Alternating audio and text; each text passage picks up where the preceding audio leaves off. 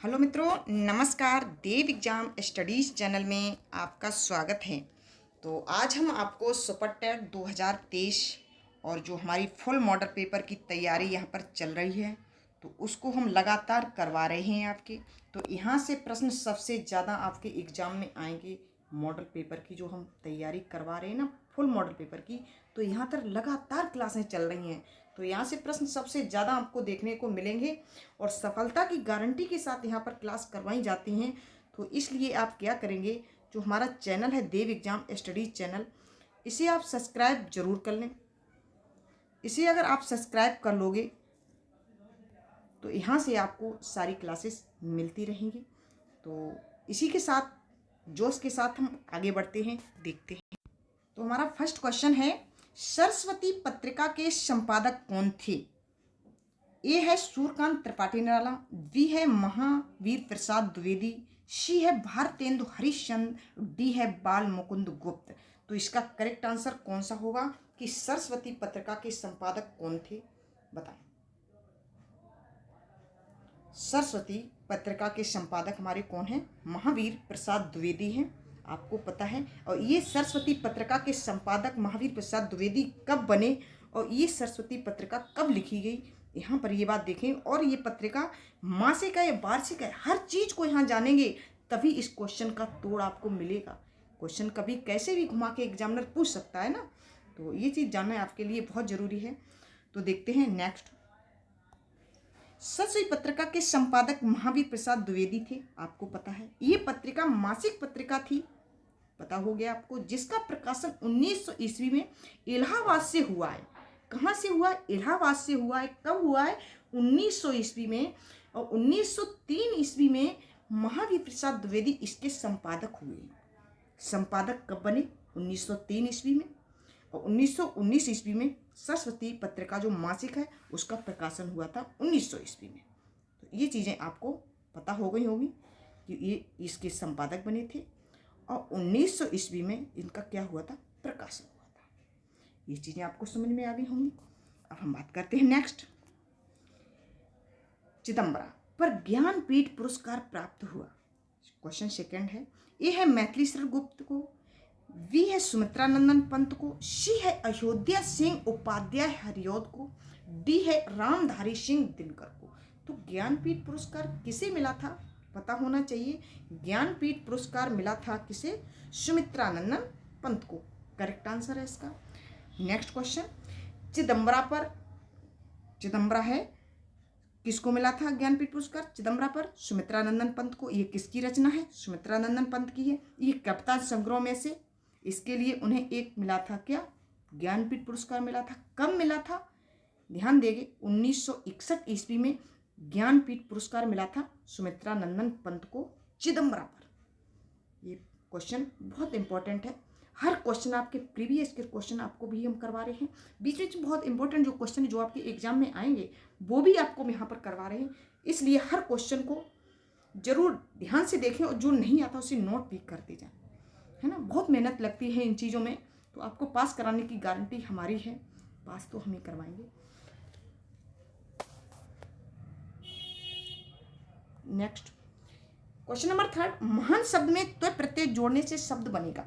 महान शब्द में अगर त्वय जोड़ देंगे तो क्या बनेगा? सिंपल सी बात है, सभी को पता है, मुझे पता है, आप लोग भावी शिक्षक बनने वाले हो तो ये क्वेश्चन आपको सभी को पता होगा। पता है, ये बहुत इजी क्वेश्चन है, कोई दिक्कत नहीं, क्योंकि आन प्रत्यय लगा हुआ है इसमें। और त्वय प्रत्यय को जोड़ने से ही ये क्या बन जाता है? ये त्वय प्रत्यय जोड़ने से ये क्या हो जाता है? महत्व हो जाता है। Next question. महान शब्द में त्वय प्रत्यय जोड़ने की महत्व शब्द बनेगा। महान शब्द में त्वय प्रत्यय जोड़ने से महत्व बनेगा। इसके मूल शब्द क्या होता है? मह होता है। मूल शब्द क्या है इसका? महान का मह है, जिसके आन प्रत्यय जुड़ा हुआ है। महान में कौन सा प्रत्यय जुड़ा हुआ है? आन प्रत्यय जुड़ा हुआ है। त्वय प्रत्यय के साथ बनने वाले कुछ शब्द हैं निम्न। महत्व हुआ, मनुष्यत्व हुआ, देवतत्व हुआ, अपनत्व हुआ, लघुत्व हुआ, मित्रत्व हुआ। ये 8 शब्द हैं, त्वय प्रत्यय जोड़ने से ऐसे शब्द बन जाते हैं। तो आपको ये पता होना चाहिए त्वय प्रत्यय में कैसा त्वय प्रत्यय होता है। त्वय लग गया बाद में, त्वय प्रत्यय बन गया, क्योंकि प्रत्यय हमेशा बाद में लगता है जबकि उपसर्ग हमेशा पहले लगता है। Next question number 4। Mahavir Prasad Dwivedi ने आदिकाल को क्या संज्ञा दी है? महावीर प्रसाद द्विवेदी ने आदिकाल को कौन सी संज्ञा दी है? ए है बीजप्पन काल, बी है आदिकाल, सी है वीरगाथा काल, डी है चाणक्य काल। तो बताएं फटाफट, महावीर प्रसाद द्विवेदी ने आदिकाल को कौन सी संज्ञा दी है? तो इसका करेक्ट आंसर जाएगा ऑप्शन ए, बीजप्पन काल। नेक्स्ट क्वेश्चन, क्वेश्चन है 5, हिंदी शब्द किस भाषा से लिया गया है? ध्यान दें, क्वेश्चन बहुत इंपॉर्टेंट है आपके, हम जो करवा रहे हैं हर क्वेश्चन को ध्यान से देखना और क्लास हमारी लास्ट तक देखना पूरा, तभी क्वेश्चनों की श्रृंखला आपको समझ में आ जाएगी। ज़्यादा क्वेश्चन नहीं, ज़्यादा टाइम की नहीं ये क्लास होगी, तो इसलिए आपको ध्यान देने की यहाँ पर जरूर। हिंदी शब्द किस भाषा से लिया गया है? संस्कृत से, फारसी से, हिंदी से, अरबी थी। तो इसका करेक्ट आंसर कौन सा जाएगा? सभी को पता होना चाहिए, हिंदी शब्द किस भाषा से लिया गया है? ये हमारा ऑप्शन बी है, फारसी भाषा से लिया गया। हिंदी शब्द किससे लिया गया? फारसी भाषा से लिया गया, इसीलिए फारसी आंसर इसका करेक्ट हो गया। नेक्स्ट क्वेश्चन है, निम्नलिखित में से तत्सम शब्द है, निम्नलिखित में से तत्सम शब्द कौन सा होता है? ये चीज़ हम आपको बता चुके हैं कि तत्सम शब्द जो हमारे हिंदी से जो डायरेक्ट संस्कृत में आ गए हैं, हिंदी से किस में आ गए? संस्कृत में आ गए, वो हमारे तत्सम शब्द कहलाते हैं। और तद्भव शब्द वो होते हैं, तद्भव जो संस्कृत से डायरेक्ट किस में आ गए? हिंदी में आ चुके हैं, वो कौन हो गए? तद्भव हो गए। जैसे आप समझ लीजिएगा, आँख, आँख दिया गया, ए है आँख, ये क्या है? हमारा तद्भव है। वी है हमारा क्या? आँख दिया गया, ये क्या है? हमारा तद्भव है। पाँव क्या है? ये हमारा तद्भव है, हिंदी वाला शब्द है। गाँव है, ये क्या? हिंदी वाला है। तो इसलिए ये क्या तत्सम पूछा गया, यहाँ पर क्या पूछा गया? तत्सम। तो तत्सम कौन सा होगा? तो ध्यान देंगे, तत्सम होगा, करेक्ट आंसर इसका जाएगा ऑप्शन डी। करेक्ट आंसर इसका तत्सम ग्रही शब्द होता है। नेक्स्ट क्वेश्चन, क्वेश्चन नंबर 7, मैं हम तुम आदि शब्द हैं, मैं हम तुम आदि शब्द हैं, कौन कौन है? ए है संबंधवाचक सर्वनाम, बी है अनिश्चयवाचक सर्वनाम, सी है प्रश्नवाचक सर्वनाम, डी है पुरुषवाचक सर्वनाम। तो इसका करेक्ट आंसर कौन सा होगा? ध्यान दें, एक पुरुषवाचक होता है ना, एक उत्तम पुरुष होता है, एक मध्यम पुरुष होता है, एक अन्य पुरुष होता है, ये चीज़ आपको पता है। तो इसका करेक्ट आंसर जाएगा आपका पुरुषवाचक। मैं हम तुम ये क्या होते हैं? ये पुरुषवाचक सर्वनाम होते हैं। सुने यहाँ पर, मैं हम तुम ये सभी उत्तम तथा मध्यम पुरुष से बने होते हैं, अतः ये सभी शब्द पुरुषवाचक सर्वनाम कहलाते हैं, है ना। पुरुषवाचक सर्वनाम ये कहलाते हैं। पुरुषवाचक सर्वनाम के 3 भागों में बांटा गया है। ये जो पुरुषवाचक सर्वनाम है, इनको कितने भागों में बांटा गया? 3 भागों में बांटा गया है। उत्तम पुरुष, जो उत्तम पुरुष है, उत्तम पुरुष में इसमें क्या आ जाता है? मैं, हम। और एक जो है क्या? मध्यम पुरुष है, इसमें क्या आ जाता है? तुम, आप। ये शब्द आ जाते हैं तो आप समझ जाओ, ये मध्यम पुरुष होते हैं, ये उत्तम पुरुष होते हैं। अन्य पुरुष में क्या आ जाता है? वह और वे दोनों, ऐसे शब्द जहाँ आ जाते हैं भी हमारे अन्य पुरुष में आ जाते हैं। तो मध्यम पुरुष में ये हो गए। तो ये क्या है हमारा? मैं हम तुम सभी, ये क्या है? ये पुरुषवाचक सर्वनाम होते हैं। उम्मीद है ये चीज़ आपको समझ में आ रही होंगी, है ना। ठीक है, आगे नेक्स्ट क्वेश्चन नंबर 8, निम्नलिखित में से महाप्राण व्यंजन कौन से होते हैं? जो महाप्राण हैं उनकी बात हो रही है। ए है काचा टा तप, बी है खाचा ठा थप, सी है गाजा डा दब, और डी है यारा लव। तो इसका करेक्ट आंसर कौन सा होगा? बताएं। महाप्राण व्यंजन जो होते हैं, और एक ट्रिक है नंबर 1, महाप्राण में वर्ग का, जैसे कावर्ग, चावर्ग, टावर्ग, जो वर्ग का दूसरा वर्ग का दूसरा और चौथा जो वर्ग होता है, वो ही हमारा होता है महाप्राण। तो इसमें कौन सा होगा? करेक्ट आंसर बी जाएगा, क्योंकि दूसरा और चौथा आपको इसी में मिल रहा है। ख छ ठ थ फ, ये आपका करेक्ट आंसर हो गया। नेक्स्ट क्वेश्चन, क्वेश्चन नंबर 9, जब प्रथम शब्द संख्यावाची हो और द्वितीय शब्द संज्ञा हो तो कौन सा समास होता है? तो प्रथम शब्द जब संख्यावाची होता है, संख्यावाची यहाँ पर बात की गई, तो संख्यावाची हमेशा होता है। तो उसका करेक्ट आंसर जाएगा कौन सा? Option A. ऑप्शन ए द्विगु समास, ना तो तत्पुरुष हो सकता है, ना तो कर्मधारय हो सकता है, ना ही बहुब्रीहि होगा। तो इसका करेक्ट आंसर जाएगा द्विगु समास। नेक्स्ट क्वेश्चन है 10, भारतीय पुनर्वास परिषद की स्थापना किस उद्देश्य के लिए हुई है? भारतीय पुनर्वास की स्थापना किस उद्देश्य के लिए हुई है? ए है दूरस्थ शिक्षा, वी है पर्यावरण शिक्षा, सी है दिव्यांग जन की शिक्षा, उपरोक्त में से कोई नहीं। तो इसका करेक्ट आंसर कौन सा हो बताएं। तो ऑप्शन सी इसका करेक्ट आंसर होगा, दिव्यांग जन की शिक्षा भारतीय पुनर्वास परिषद की स्थापना के उद्देश्य के लिए की गई थी। नेक्स्ट क्वेश्चन, क्वेश्चन नंबर 11, विकासात्मक दिशा का नियम सम्मिलित करता है। विकासात्मक दिशा का नियम सम्मिलित करता है, क्या करता है? ए है मस्तिष्काधोमुखी नियम, बी है निकट से दूर का नियम, और सी है ए और बी दोनों, डी है इनमें से कोई नहीं। तो इसका करेक्ट आंसर कौन सा जाएगा? तो इसका करेक्ट आंसर जाएगा ऑप्शन सी, क्योंकि मस्तिष्काधोमुखी नियम भी होता है और निकट से दूर का जो नियम होता है वो भी हमारा विकासात्मक दिशा की नियम होते हैं। तो ए और बी दोनों इसका करेक्ट आंसर है, इसलिए ऑप्शन सी इसका करेक्ट आंसर। नेक्स्ट क्वेश्चन है हमारा 12, मार्गरेट मीड के अनुसार वैयक्तिक भिन्नताओं के लिए सर्वाधिक महत्वपूर्ण कारक है, वो हमारा कौन सा है बताएं। ए है हमारा जैविक, सी है सजातीय, अरे सी लग गया सॉरी, यहाँ पर बी कर लीजिएगा, बी है निकट से दूर का नियम, सी है सजातीय, और डी है ना तो ए और ना तो बी। कौन सा होगा? तो आप समझ जाएं, यहाँ पर ना तो ये है, ना तो ये है, ना तो ये है, ना तो डी है, ना तो बी है, कोई भी नहीं है। लेकिन इसका करेक्ट आंसर है कौन सा? सांस्कृतिक। तो इसका करेक्ट आंसर है कौन सा?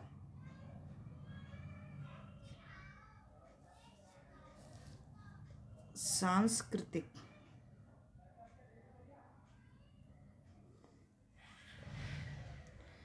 तो इसका करेक्ट आंसर कौन सा है? सांस्कृतिक। यही आपका राइट आंसर है। नेक्स्ट क्वेश्चन है क्वेश्चन नंबर 13, ब्रेल लिपि के जनक हैं। ब्रेल लिपि के जनक हैं वो कौन हैं? ए है चार्ल्स ब्रेल, बी है वारियर ब्रेल, वी है मनोवैज्ञानिक, सी है डी। तो इसका करेक्ट आंसर कौन होगा? ब्रेल लिपि। और ब्रेल लिपि कितने बिंदुओं पर आधारित है? ध्यान दें, ये भी क्वेश्चन पूछा जाता है। ब्रेल लिपि होता है कितने बिंदु? 8 बिंदुओं पर निर्धारित होता है। लेकिन ब्रेल लिपि किनके लिए होती है? अंधे व्यक्तियों के लिए होती है। तो इसका करेक्ट आंसर कौन सा होगा? क्योंकि ये तो हो नहीं सकता है ना, ये भी नहीं होगा, ये भी नहीं होगा, ये इसका करेक्ट आंसर है, लेकिन ये नहीं है। और यहाँ पर आपको क्या करना है? लुइस ब्रेल होता है, लुइस ब्रेल हैं, लुइस ब्रेल, ये इसका करेक्ट आंसर है। किसका? ये आप समझ जाओ इनका, ये जो लुइस ब्रेल हैं ये इसका करेक्ट आंसर है। ब्रेल लिपि के जनक कौन है? Louis Braille. नेक्स्ट क्वेश्चन, निम्न प्राचीन अनुबंधन का सिद्धांत किसने दिया?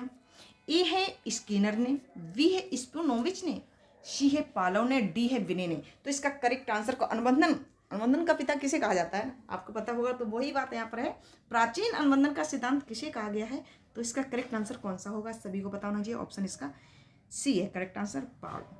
और पालो ने किस पर प्रयोग किया था? ये हम आपको पालो का सिद्धांत दे चुके हैं, उसे आप जरूर पढ़ लें कि पालो का सिद्धांत किस पर इन्होंने प्रयोग किया था पालो ने। तो पालो ने हमारे किस पर किया था? कुत्ते पर प्रयोग किया था, एक मनोवैज्ञानिक है। नेक्स्ट क्वेश्चन, क्वेश्चन नंबर 15, निम्नलिखित में से कौन सा कारक बालक की विकास को प्रभावित करता है? जो बालक का जो विकास होता है उसको प्रभावित करता है। ए है अंतःस्रावी ग्रंथियां, बी है पौष्टिक भोजन, सी है रोग तथा चोट, और डी है ये सभी। जो मतलब समझ जाओ आप, बालक के विकास को जो प्रभावित करता है वो कौन सा है? ध्यान दें, ये भी है, वी भी है, और सी भी है, ए भी है, सभी हैं। तो इसलिए ऑप्शन कौन सा जाएगा? करेक्ट आंसर इसका डी है, ये सभी। नेक्स्ट क्वेश्चन, क्वेश्चन नंबर 16, गहने की अधिगम सोपान का सही क्रम है। जो गहने के अनुसार अधिगम का सोपान का सही क्रम क्या होगा? गहने ने कहा है कि अधिगम का सोपान का सही क्रम क्या होता है? ए है नियम अधिगम, संप्रत्यय अधिगम, समस्या समाधान, बी है संप्रत्यय अधिगम समस्या, सी है संप्रत्यय अधिगम नियम अधिगम समस्या समाधान, डी है नियम अधिगम समस्या समाधान संप्रत्यय अधिगम। तो इसका सही क्रम क्या होगा? कौन सा होगा आंसर बताएं। आप लोगों को अगर पता होगा तो बताइएगा, कि कमेंट करके जरूर बताएं इसमें कौन सा इसका करेक्ट आंसर होगा। गहने के अधिगम सोपान का सही क्रम क्या होता है? जो होता है फर्स्ट ऑप्शन इसका करेक्ट आंसर है ए। नियम, पहले नियम अधिगम होता है, फिर संप्रत्यय अधिगम होता है, फिर समस्या समाधान होता है, यही इसका करेक्ट आंसर है। नेक्स्ट क्वेश्चन, संधि किसे कहते हैं? सभी को पता होना चाहिए संधि किसे कहते हैं। संधि किसे कहते हैं? ए है 4 वर्णों के मेल को, बी है 2 वर्णों के मेल को, सी है 3 वर्णों के मेल को, डी है इनमें से कोई नहीं। तो इसका करेक्ट आंसर कौन सा जाएगा? 17 का।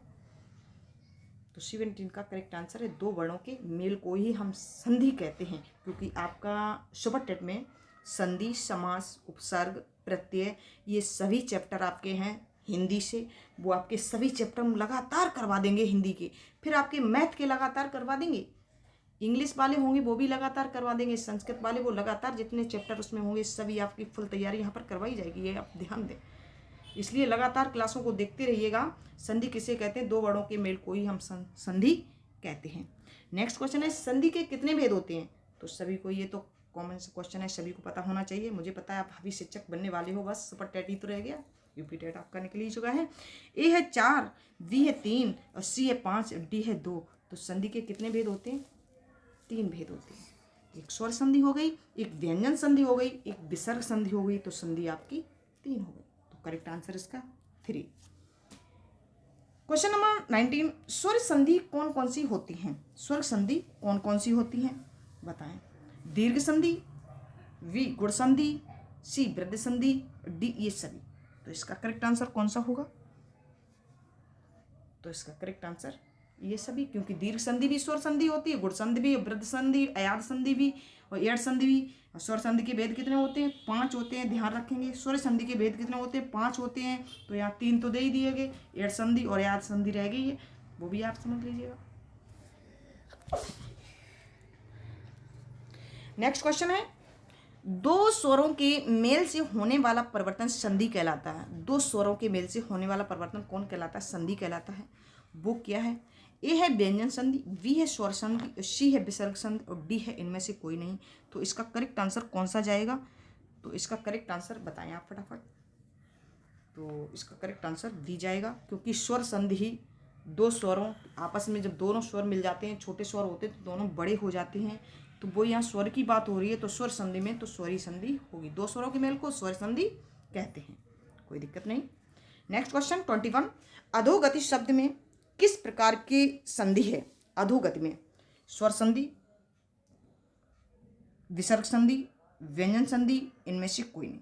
तो अधोगति में पता होना चाहिए आपको, थोड़ा कठिन है क्वेश्चन, आपको पता होना, शायद पता होगा आपको, कोई दिक्कत नहीं, आकर आपने पढ़ा होगा।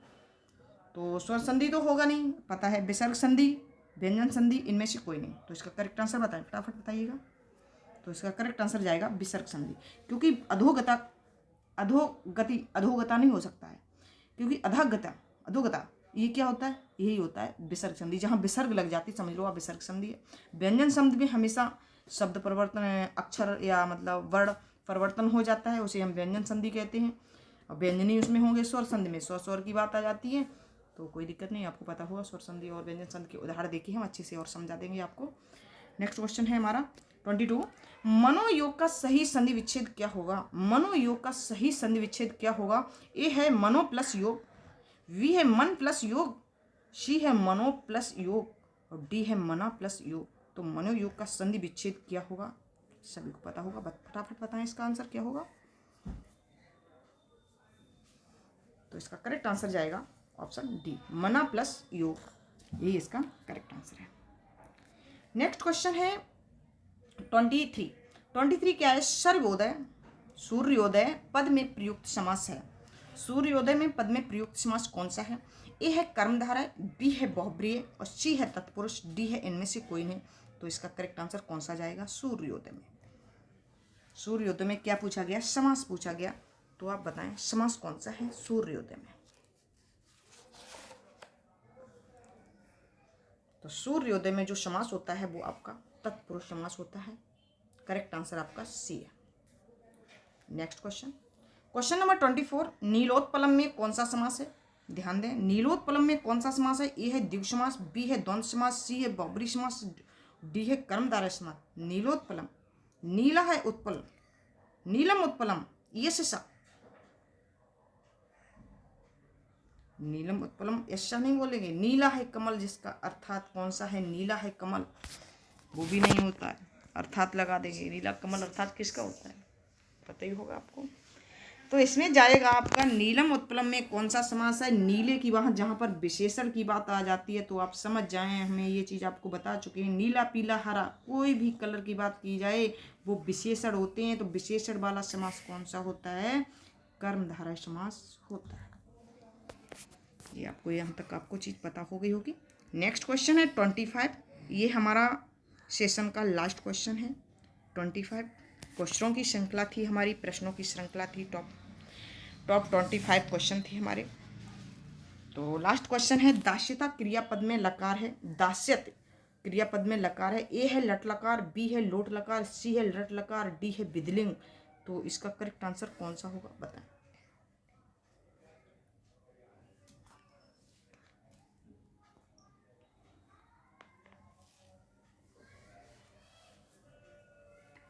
लट होगा, लोट होगा, लेट होगा, विधिलिंग होगा, कौन सा होगा?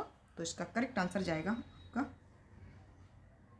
लट लकार। दास्यत दस्यता, दास्यत दस्ता दास्यंत, दस्यस दस्ता दस्यत, दस्याम दस्याओ दस्याम। ये क्या हो गया? लट लकार। तो यहाँ तक ये सारे क्वेश्चन आपको समझ में आ रहे होंगे, मुझे उम्मीद है। और ये क्लास आपको कैसी लगी वो मुझे कमेंट करके ज़रूर बताएं, है ना। कमेंट ज़रूर करिएगा ये क्लास आपको कैसी लगी। और अभी तक अगर आपने हमारे चैनल को सब्सक्राइब नहीं किया है तो उसे आप सब्सक्राइब ज़रूर कर लें। इसे आप ज़रूर सब्सक्राइब कर लें। देव एग्जाम स्टडी हमारा चैनल है, इसे आप सब्सक्राइब कर लेंगे, बेल आइकन प्रेस कर लीजिएगा, है ना। तो यहाँ से आपको सारी नोटिफिकेशन मिलती रहेंगी। और कमेंट जरूर करिएगा, बताएं आपको कौन सी क्या चीज़, आपका कौन सा टॉपिक चाहिए आपको, हिंदी में, संस्कृत में, वो आपको यहाँ पर कराया जाएगा। मैथ में कुछ भी हो, सारी चीज़ें आपकी करवाई।